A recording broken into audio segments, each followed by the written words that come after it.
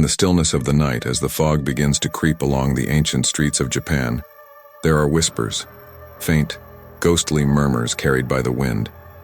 They speak of spirits, of lost souls who wander the earth in search of one thing: revenge. These are the Yurei, the vengeful spirits of Japanese folklore who haunt the living, unable to find peace until their unfinished business is resolved. But what exactly are these terrifying entities? And why do they strike fear into the hearts of those who know their story? Tonight I'll take you deep into the heart of one such tale, a place where Yurei roam freely, their wrath unbound, their presence undeniable. Yurei are not your typical ghosts. They are born from tragedy, from lives torn apart by violence or betrayal. Unlike other spirits that might find peace after death, the Yurei remain tethered to the physical world. Their deaths were not natural, their endings were unjust. And this injustice has trapped them, caging their souls in an endless cycle of suffering and rage. According to legend, a person becomes a Yurei when they die with intense emotions left unresolved: anger, sorrow, or overwhelming desire.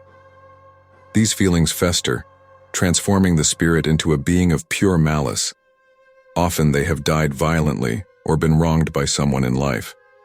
And so they return, not as mere apparitions, but as dark shadows with a singular purpose: to exact revenge on the living.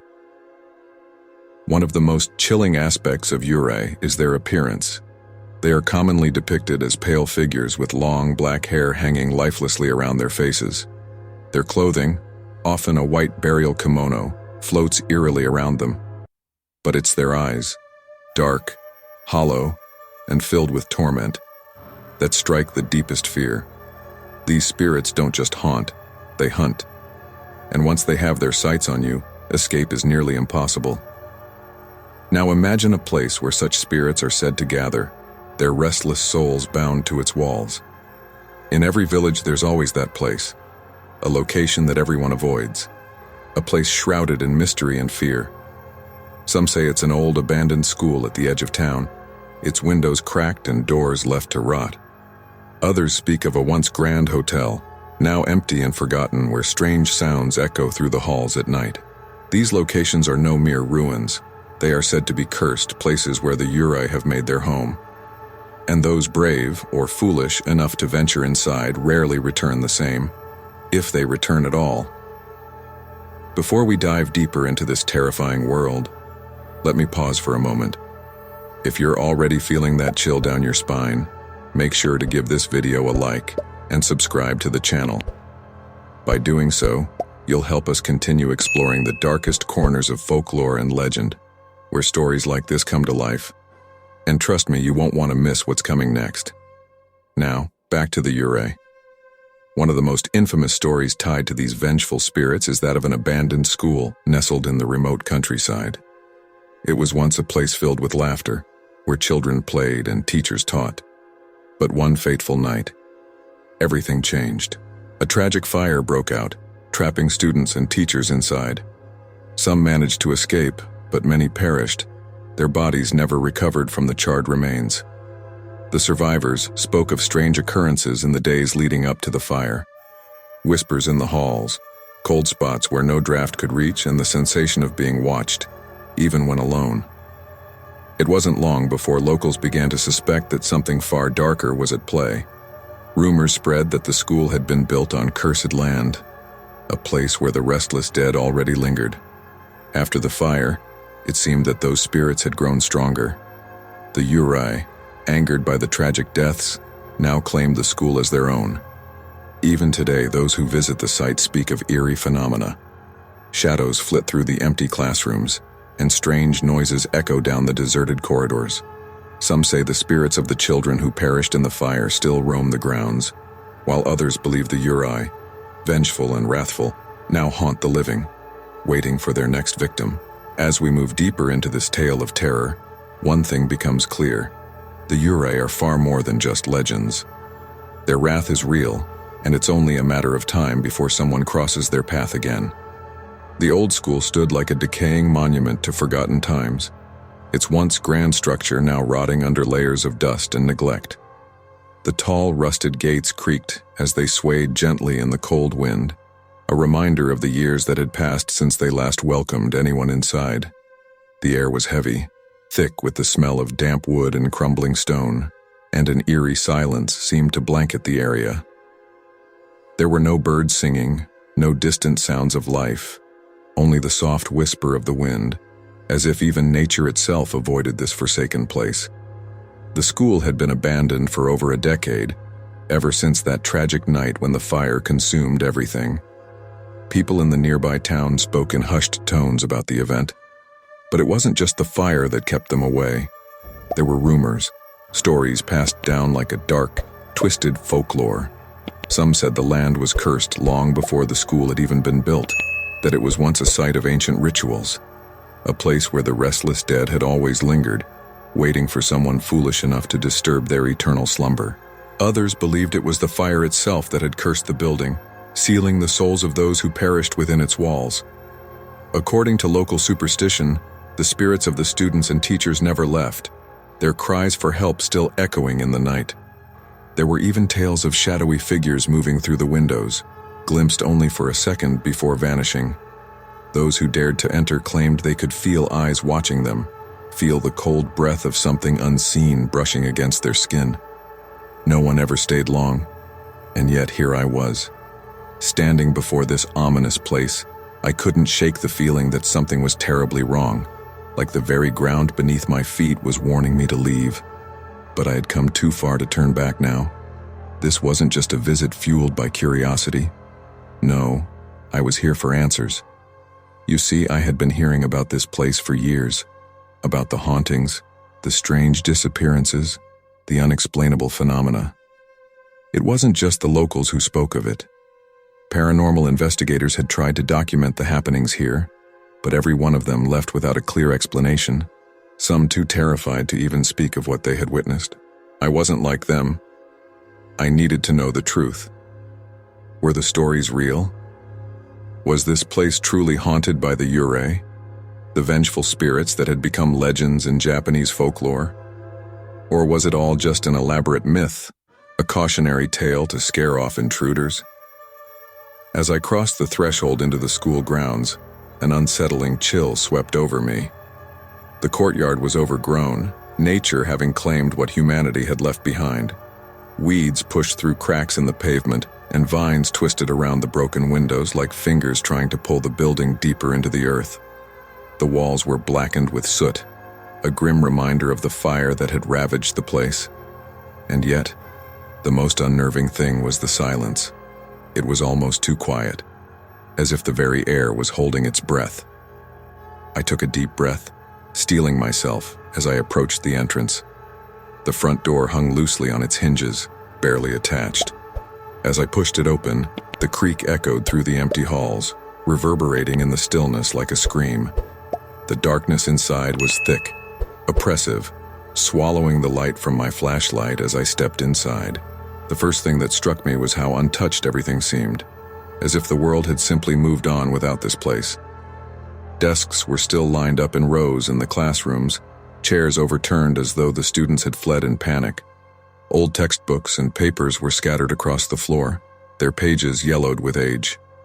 But there was something more, an energy, a presence that I couldn't quite explain. It felt like I wasn't alone. As I ventured deeper into the building, the stories began to play over in my mind. People said you could hear footsteps in the halls at night, even though no one had set foot here in years. Some claimed they saw the ghostly figures of children wandering the grounds, their faces twisted in agony, forever trapped in the moment of their death. The deeper I went, the heavier the air became. There was a feeling, a pressure, that grew with every step, as if the very walls were closing in on me. I had come here seeking answers, but now, standing in the heart of this cursed place, I began to wonder if I had made a mistake. There was no turning back now. The moment I stepped inside, the door slammed shut behind me with a force that sent a shock down my spine. The sound echoed down the long, empty corridors, as if the school itself was warning me to leave. But I stayed, frozen in place for a moment, feeling the weight of the silence closing in. I could feel it, an unnatural stillness, like the building was holding its breath, waiting for something to happen. I flicked on my flashlight and swept it across the hallway, the beam cutting through the darkness. Dust hung in the air, glittering in the light, and the walls were peeling, the paint curling away like dead skin. The temperature had dropped sharply since I'd entered, the cold seeping into my bones, even though it had been a mild night outside. It felt wrong, like the air itself had turned against me. I took a few hesitant steps forward, my footsteps muffled by the thick layer of dust coating the floor. That's when I noticed it, an odd flicker at the corner of my vision. I turned, shining my light toward the source, but there was nothing, just empty, decaying space. My heart began to race. Was it just my mind playing tricks on me? Or was something else here, lurking in the shadows? As I moved deeper into the hallway, strange things started happening. Small, almost imperceptible at first, but enough to send chills racing down my spine. The faint sound of whispering floated through the air, too quiet to make out any words, but unmistakable. It felt like someone or something was just behind me, speaking in a language I couldn't understand. I spun around, my light darting through the darkness, but again there was nothing. I pressed forward, my heartbeat thundering in my ears. Every instinct in my body screamed at me to leave, to run as far from this place as I could, but curiosity, perhaps foolishly, kept me moving. The feeling of being watched was growing stronger now. It was oppressive, like eyes were boring into the back of my skull, tracking my every move. I wasn't alone. I knew that much. That's when I noticed the first real sign that something terrible had happened here. Along the walls there was graffiti, hastily scrawled in dark, angry letters. "Get out," it said. "This place is cursed." And beneath it, smaller, shakier writing. "They're still here." I swallowed hard, my throat dry as sandpaper. The locals had spoken of strange messages left behind by those who had ventured into the school before me, but seeing it in person, seeing the desperation behind the words, was something else entirely. My flashlight flickered, and for a brief second I was plunged into total darkness. The whispers grew louder, circling me, taunting me. The light sputtered back on, and I saw something I hadn't noticed before. Scorch marks on the walls, blackened streaks crawling up toward the ceiling. The fire. This was where it had started. I stepped closer, running my fingers along the charred surface. The temperature dropped even further, and I could see my breath now, fogging in front of me like smoke. I walked deeper into the school, turning a corner into what looked like an old classroom. The windows were shattered, jagged glass still clinging to the frames. The desks were overturned, and papers were strewn across the floor as though someone, or something, had left in a panic. But it was what I saw on the chalkboard that made my blood run cold. There, scrawled in chalk, was a single word: help. The letters were jagged, erratic, like they had been written in a frenzy. Beneath the words, smeared across the board in what looked like soot, or maybe ash, were handprints. Small, childlike handprints, as if the children who had died in the fire were still here, reaching out for someone to save them. A loud crash shattered the silence, coming from somewhere down the hall. My heart jumped into my throat. I wasn't alone. Something had just moved. The air around me felt thick, like I was underwater, and the whispers were no longer faint. They were close, too close. I could hear them all around me, closing in, filling my ears with incoherent words and chilling cries. Suddenly, the temperature plummeted, and I felt an icy breeze brush past my face, like cold fingers trailing across my skin. The flashlight flickered again, the beam trembling as the batteries began to fail. I wasn't just being watched, I was being followed. Something was here with me. Something that didn't want me to leave. And then I saw it. A shadow, darker than the rest, standing at the end of the hallway. It didn't move. It didn't breathe. It just stood there watching me, waiting. As I stood frozen, staring at the shadow at the end of the hallway, a chill coursed through my body. I didn't dare move. The air felt heavy, pressing against my chest, making it hard to breathe.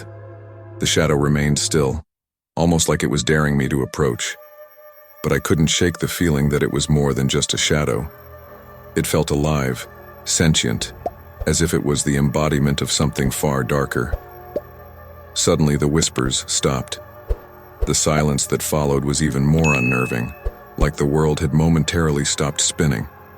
And then, like a floodgate had been opened, the memories of the school's dark past began to unravel before me, not as thoughts, but as visions, sharp and clear, as though I was seeing the events unfold right before my eyes.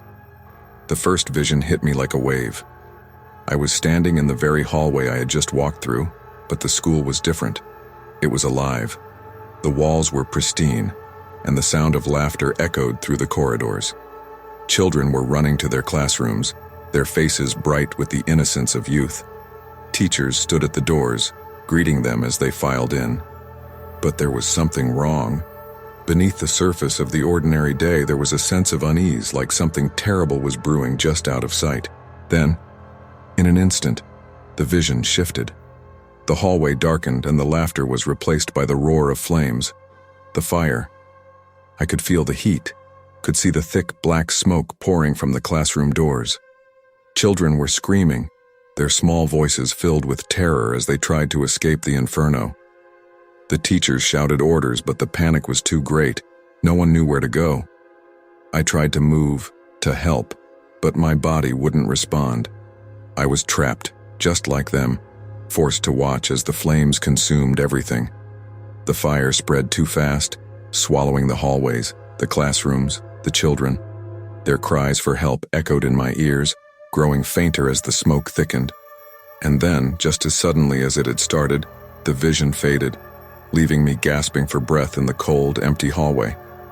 The story of the fire had always been known to the locals, but what I saw in those visions felt more personal, more intimate. It was as though the spirits themselves were showing me what really happened that night, guiding me through their final moments of terror. And yet, there was more to the story, more that I hadn't yet uncovered. I pushed myself forward, shaken but determined.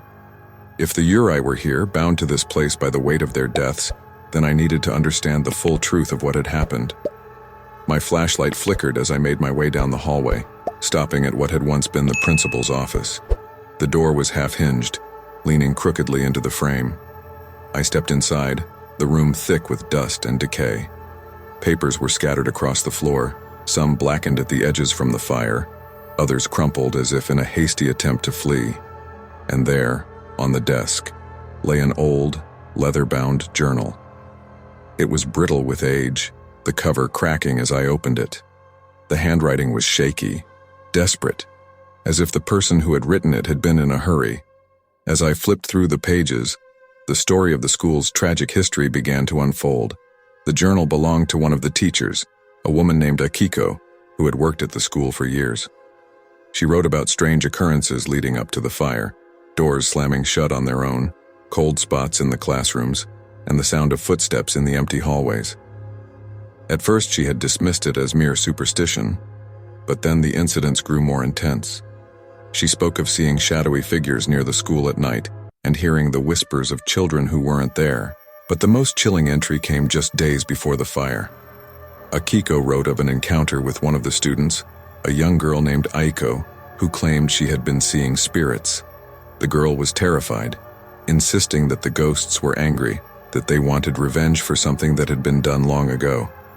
The teachers, of course, didn't believe her. And then the fire happened, but Akiko's final entry revealed something no one else knew. The land the school was built on had a dark history. Long before the school was constructed, it had been the site of a village massacre. Families had been slaughtered, their homes burned to the ground, their souls left to wander in torment. Akiko believed that the spirits of the murdered villagers had cursed the land, their unresolved anger infecting the school, eventually causing the fire that claimed so many innocent lives. The Yurei weren't just angry spirits of the students, they were much older, much more powerful. They had been here long before the school was built, waiting, seeking revenge, and now they had found their victims. As I closed the journal, a cold shiver ran down my spine. The pieces were falling into place, but one question remained. What did they want from me? The weight of the journal's revelations clung to me as I made my way back into the dark hallway. The air was colder now, biting at my skin in a way that felt almost unnatural, as if the cold was alive and wrapping itself around me. Every step felt heavier, as though something was pulling me deeper into the heart of the building, something that wasn't going to let me leave without facing it. I paused in front of a broken window, the jagged edges of the glass casting shadows across the floor. For a brief moment, I caught a glimpse of movement reflected in the cracked pane. I froze, staring, my heart racing. There, in the reflection, stood a figure, small, fragile, and ghostly. It was a girl, her black hair hanging limply over her face, her tattered school uniform still clinging to her frail body. I turned quickly, but she was gone. The hallway behind me was empty. My breath came in shallow bursts, the cold tightening around my throat. I knew what was coming. I could feel it. The Yurei were no longer content to lurk in the shadows. They were ready to make themselves known, and I was their target. Suddenly, the temperature dropped even further. My breath fogged in front of me as I felt an icy hand brush against the back of my neck. I spun around, but there was no one there. Just the suffocating silence of the abandoned school. Then, from the corner of my eye, I saw her again. The same girl, standing at the end of the hallway, her dark eyes fixed on me. But this time she didn't disappear. She stayed, watching me with an intensity that sent a wave of terror crashing over me. Without thinking, I started to back away, my feet shuffling across the dusty floor. But as I moved, she moved too. Closer, step by step, her gaze never leaving mine. The whispers began again, louder this time, swirling around me like a chorus of the damned. They were angry, desperate. I could hear the pain in their voices, could feel the raw, unrelenting fury that had kept them bound to this place. Suddenly, the lights in the hallway flickered violently before plunging me into total darkness. I stood there, paralyzed, my heart pounding in my chest. And then I felt it, cold fingers wrapping around my wrist, tightening like a vice. I gasped, trying to pull away, but the grip was too strong. I could feel their presence now, all around me, closing in from every side. The Yurei were here, and they weren't going to let me go. Visions flashed before my eyes, nightmarish, disjointed scenes that made my stomach churn. I saw the faces of the children, their eyes wide with terror as the flames consumed them. I saw their charred bodies, reaching out from the fire, their mouths open in silent screams. I felt their pain, their desperation. It was overwhelming, suffocating. They were showing me their final moments, forcing me to live their nightmare. The pressure on my wrist grew tighter, and I felt something cold and wet drip onto my skin. I looked down, and my blood ran cold. It wasn't water. It was black, like oil, oozing from the pale, lifeless hand that clung to me. I yanked my arm away, stumbling backward, my flashlight clattering to the ground. The beam flickered, casting long, erratic shadows across the walls. And then I saw them, more figures, emerging from the darkness.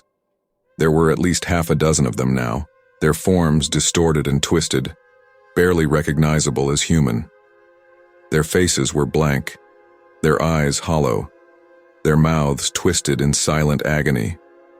They were the lost souls, the ones trapped here by the fire, by the anger that had consumed them in death. And they wanted justice. The whispers grew louder, almost deafening as the Yurei closed in around me. I could feel their hands on my arms, my shoulders, my neck, cold and unyielding, pulling me toward them. Their faces were inches from mine now, their hollow eyes boring into me, searching for something. They were trying to communicate, trying to show me their suffering, but all I felt was overwhelming fear. I couldn't understand them. I couldn't breathe. Then, out of the chaos, a single voice rose above the rest. It was a child's voice, soft yet filled with unimaginable pain.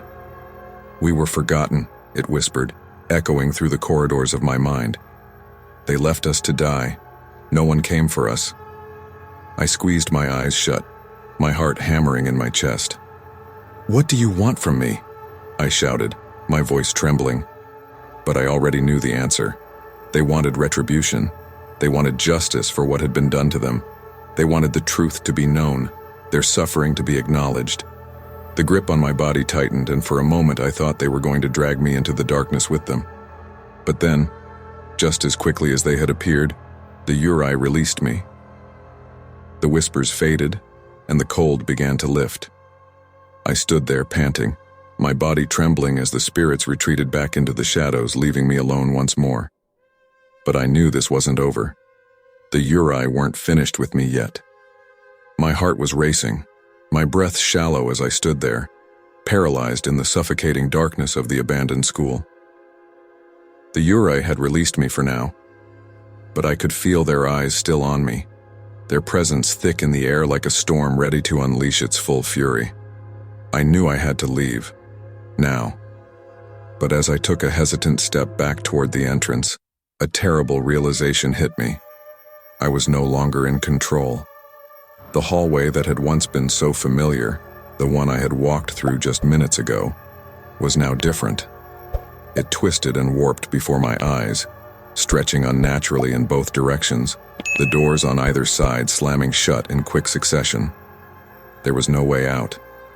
The building itself had become a living entity, as if the Yurei had merged with its very structure, trapping me within its cursed walls. I turned sharply, heading toward what I believed was the stairwell, but the layout of the school had shifted. The exit that should have been just ahead was now gone, replaced by a dark, endless corridor. The faint flickering of my flashlight barely penetrated the suffocating blackness, casting eerie, disjointed shadows on the cracked walls. My footsteps echoed loudly in the silence, each step amplifying the dread that was steadily rising within me. A cold gust of air swept past me, carrying with it the unmistakable sound of laughter. But it wasn't the joyful kind. It was twisted, mocking, as if the spirits were toying with me, relishing in my fear. My instincts screamed at me to run, but no matter which way I turned, I ended up in the same place, faced with the same endless hallways, the same taunting shadows. The Yurei weren't just haunting this place, they were this place, and they weren't going to let me leave. I bolted toward what I thought might be an exit, my pulse thundering in my ears. But as I rounded the corner, I froze. There, blocking my path, stood one of the Yurei. She was no longer a shadow at the edge of my vision. Now, she was fully visible, her pale, ghostly form illuminated by the weak beam of my flashlight. Her face was a mask of sorrow and rage, her eyes dark voids that seemed to swallow all light.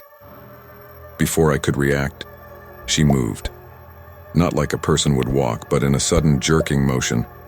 1 second she was at the end of the hallway, the next she was inches from my face. Her cold, lifeless hand shot out, gripping my arm with a strength that defied her ethereal form. A chilling wave of numbness spread through me, and I struggled to pull away, but her grip only tightened, pulling me closer. My mind screamed for escape, but my body was frozen. The Yurei's face was inches from mine now, her breath icy against my skin, and then I saw it. Her pain, her anguish, her eyes, though hollow and empty, spoke volumes. This wasn't just vengeance. This was suffering beyond comprehension, and I was caught in the middle of it. She wasn't just trying to kill me. She was trying to drag me into her world, a world where time had no meaning and torment was eternal. With a desperate surge of adrenaline, I wrenched myself free from her grasp, stumbling backward. But the moment I regained my footing, I felt it again. Another cold hand, this time gripping my shoulder, pulling me back into the darkness. I spun around, and there, looming behind me, was another Yurei. Their numbers were growing.